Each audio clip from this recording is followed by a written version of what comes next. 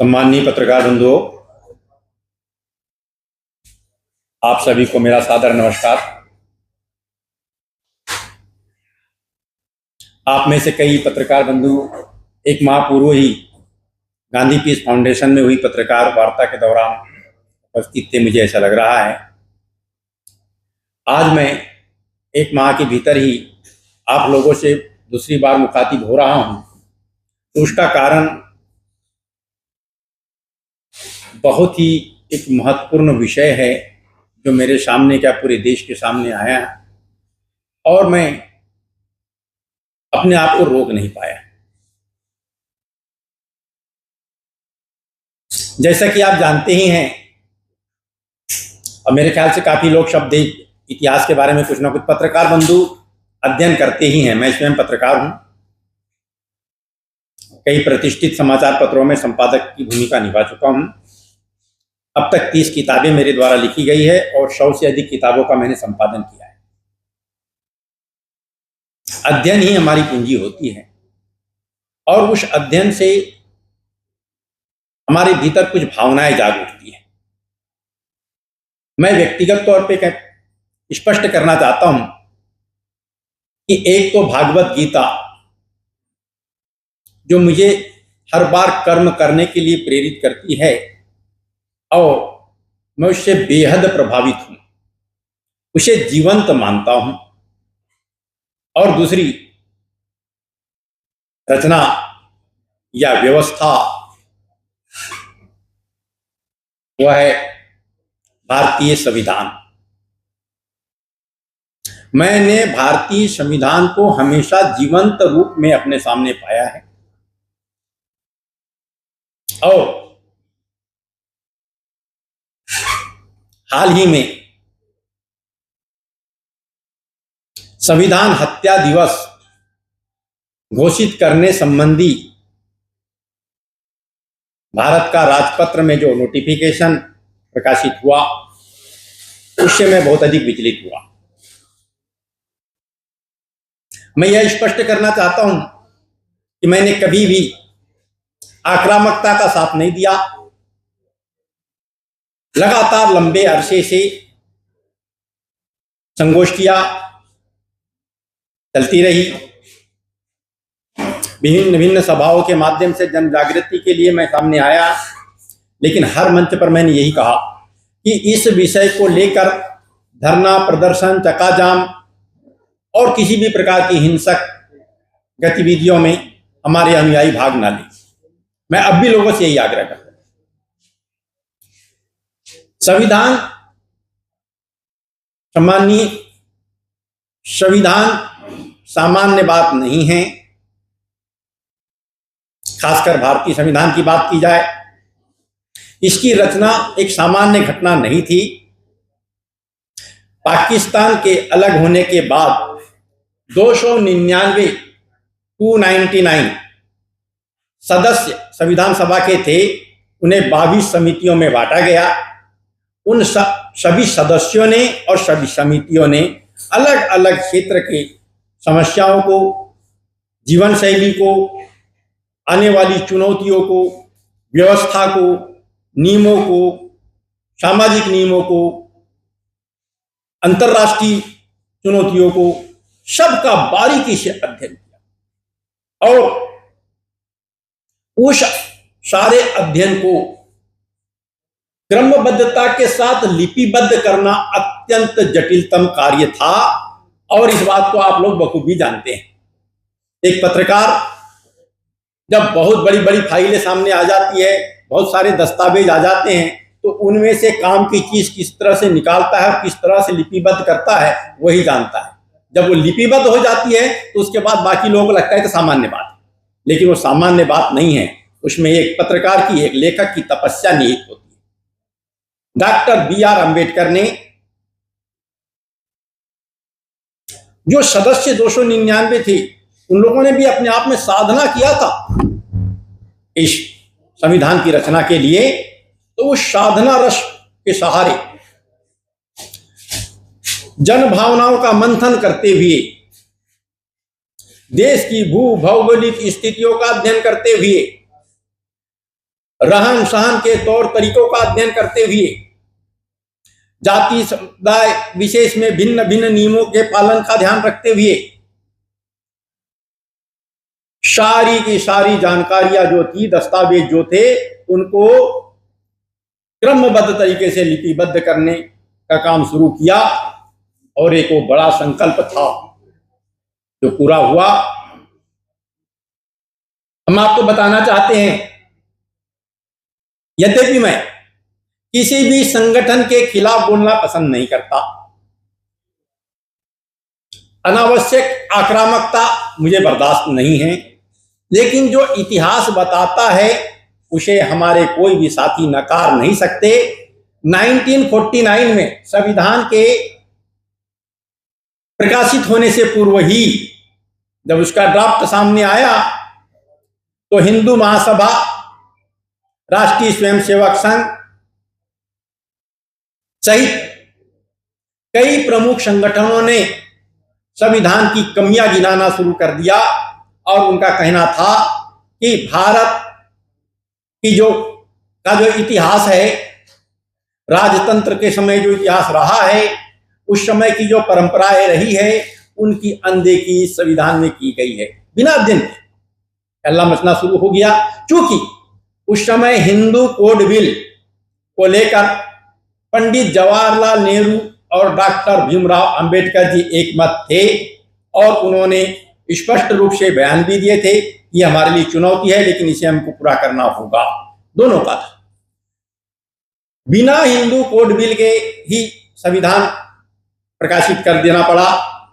और मेरा मानना है 26 जनवरी 1950 को गणतंत्र लागू ही नहीं हुआ, बल्कि भारतीय संविधान के रूप में उस अद्भुत रचना, जिसे मैं कभी कभी कहता हूं कि यह मानव निर्मित लौकिक रचना है, अपितु इसे पढ़ने से, समझने से, जानने से ऐसा लगता है यह एक पारलौकिक रचना भी है, क्योंकि पारलौकिकता का एहसास होने लगता है।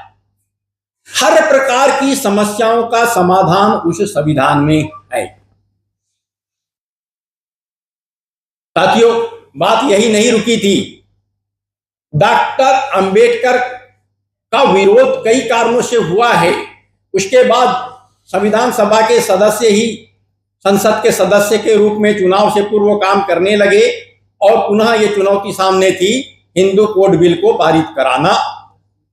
जब पंडित नेहरू और डॉक्टर भीमराव अंबेडकर एक मत थे हिंदू कोड बिल को लागू करने के लिए, तब इस दिल्ली में राष्ट्रीय स्वयं संघ द्वारा 27 बड़ी सभाएं की गई, बड़ी आक्रामक सभाएं हुई। और दूसरी ओर राम राज्य परिषद के संस्थापक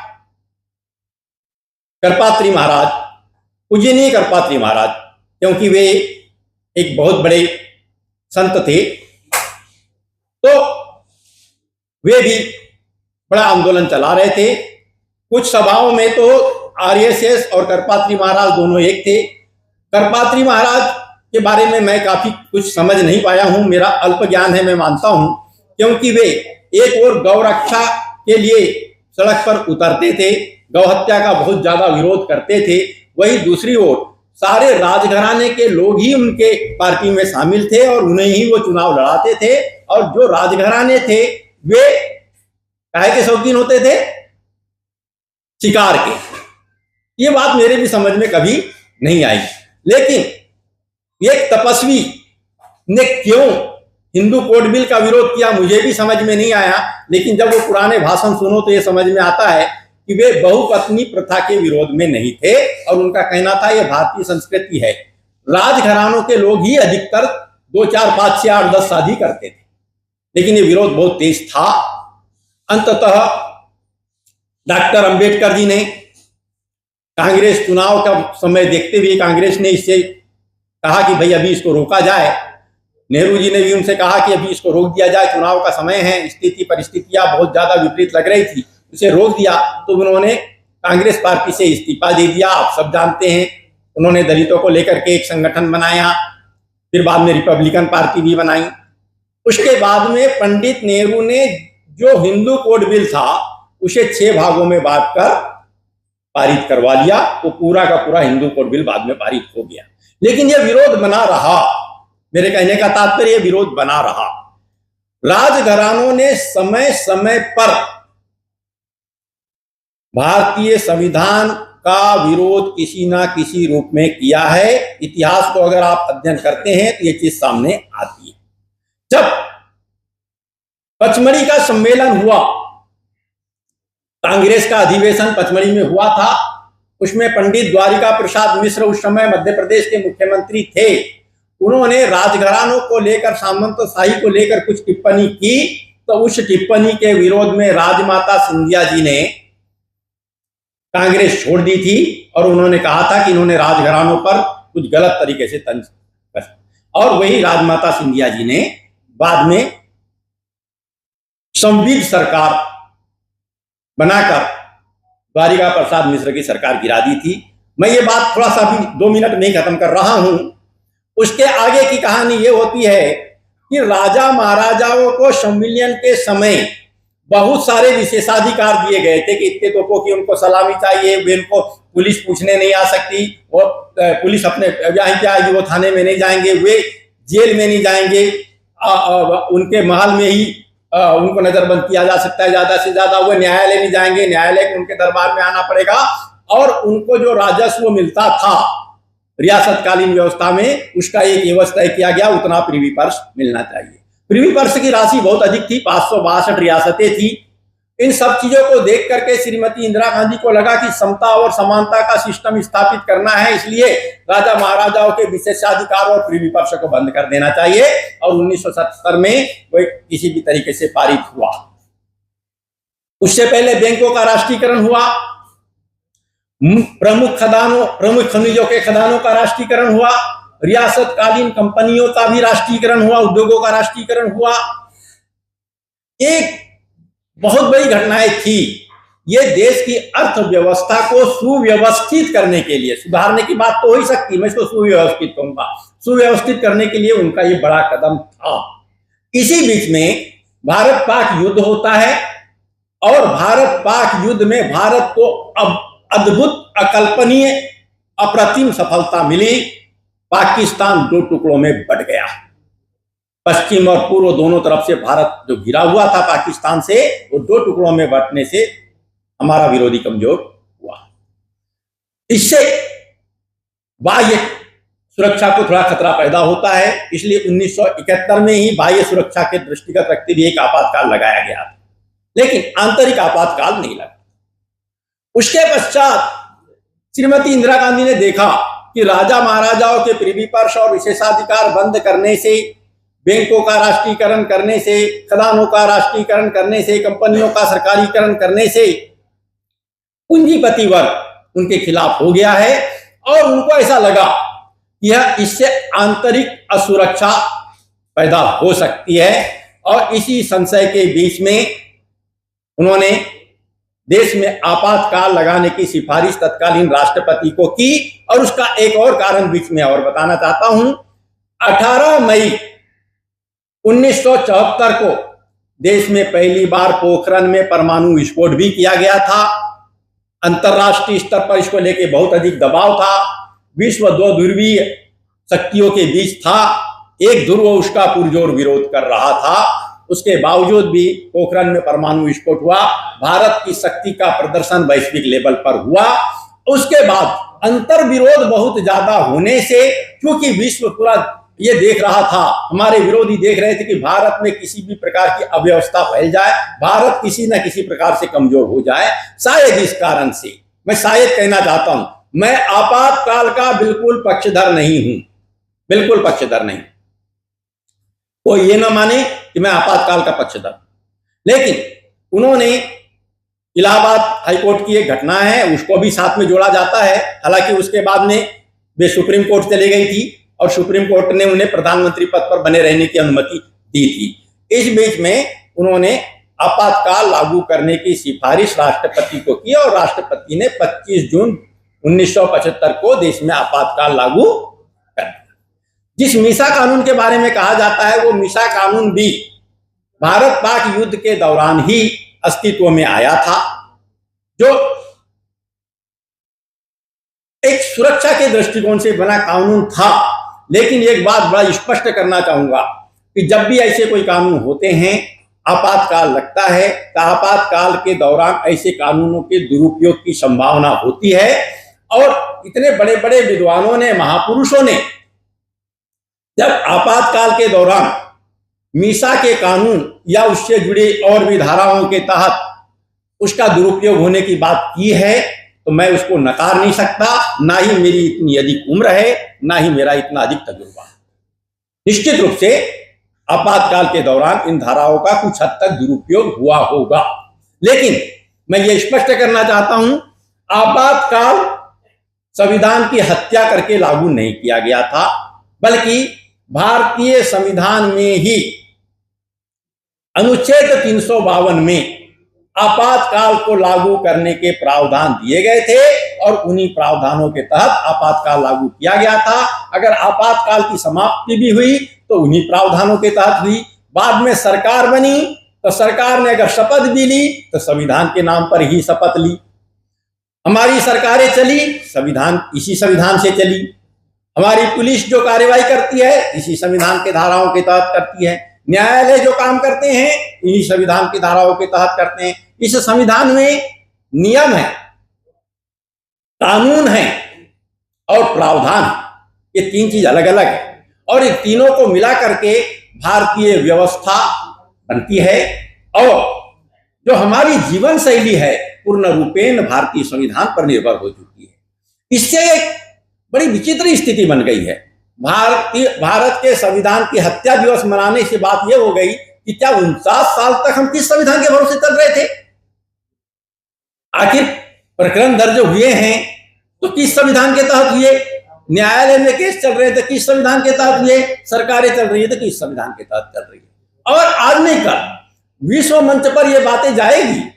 विश्व मंच पर हमारी प्रतिक्रियावादी शक्तियां जो है, विरोधी देश है, वो इस बात को उड़ाएंगे कि भारत में तो संविधान नाम की कोई चीज ही नहीं है, वो जो संविधान था उसकी तो हत्या हो चुकी है।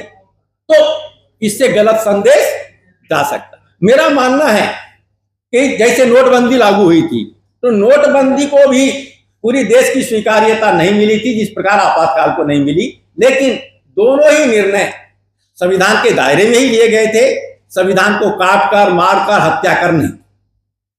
ये मेरा एक विचार है। मुझे लगता है कि संविधान हत्या दिवस घोषित करने से पूरे देश में असमंजस की स्थिति बन गई है। और जहां तक अनुसूचित जाति जनजाति वर्ग की बात है, वे अपने महापुरुष के रूप में डॉक्टर भीमराव अंबेडकर को ही मानते हैं।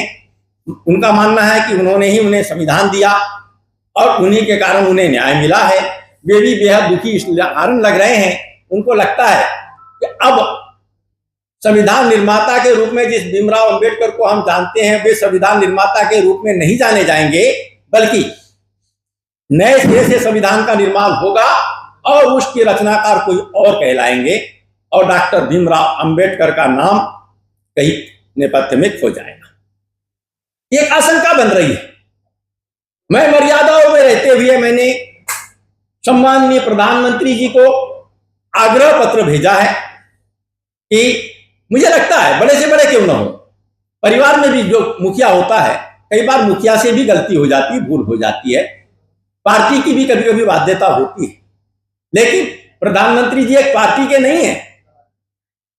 प्रधानमंत्री जी पूरे देश के हैं, मेरे आपके सबके प्रधानमंत्री हैं और हम प्रधानमंत्री देश के मुखिया होने के नाते कहीं ना कहीं वो अभिभावक के रूप में हैं और हमें कोई चीज अगर गलत लगती है तो हम उनके पास आग्रह पत्र भेज सकते हैं। तो हमने एक आग्रह पत्र उन्हें भेजा है कि ये एक बड़ी भूल हो गई है, संविधान हत्या दिवस घोषित करके सवाल उठेंगे कि भारत बिना संविधान के कैसे चल रहा है और यदि संविधान की हत्या हो गई तो नया संविधान कब बना, और इतने 49 सालों में अभी तक के जो देश चला है तो किस संविधान के भरोसे चला है। इसलिए संविधान हत्या दिवस जो घोषित किया गया है, इस निर्णय को बदल दिया जाए, ये हमारा आग्रह है। और इस आग्रह के आधार पर ही हम आपसे आज रूबरू हुए हैं। पत्रकार बंधु सब मेधावी होते हैं, सब अध्ययनशील होते हैं, सब लोग इस बात को समझेंगे और जो बातें मेरी अच्छी लगती हो उसे आम लोगों तक पहुंचाएंगे। जरूरी नहीं है कि मेरी बात, सभी बातें मेरी अच्छी हो और सही हो। बार बार मेरा आग्रह है कि मेरा ये कथन या मेरा ये प्रयास सरकार को घेरना नहीं है, ना मैं सरकार को घेर रहा हूं, बल्कि सरकार से आग्रह कर रहा हूं, ये गलती हो गई है। सारे लोग असमंजस में हैं, पूरे देशवासी असमंजस में हैं। देशवासियों को लग रहा है ये क्या हो गया, हम कहाँ हैं, हम कैसे हैं, किसके भरोसे हैं, किस क्षेत्र में हैं।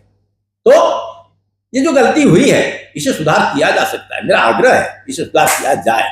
और यदि हमारी बात, हमारे पत्रकार बंधुओं की बात भी नहीं सुनी जाती तो हम एक बार फिर प्रयास करेंगे कि न्यायालय में जाए, न्यायालय में अपनी बात याचिका लगाकर करे कि भाई न्यायालय चल रहे हैं, सरकार चल रही है, शासन चल रहा है, पुलिस कार्रवाई कर रही है, हम नियमों, कानूनों, प्रावधानों में बंधे हुए हैं, ताकि इसी संविधान के भरोसे इसकी हत्या कैसी हो सके।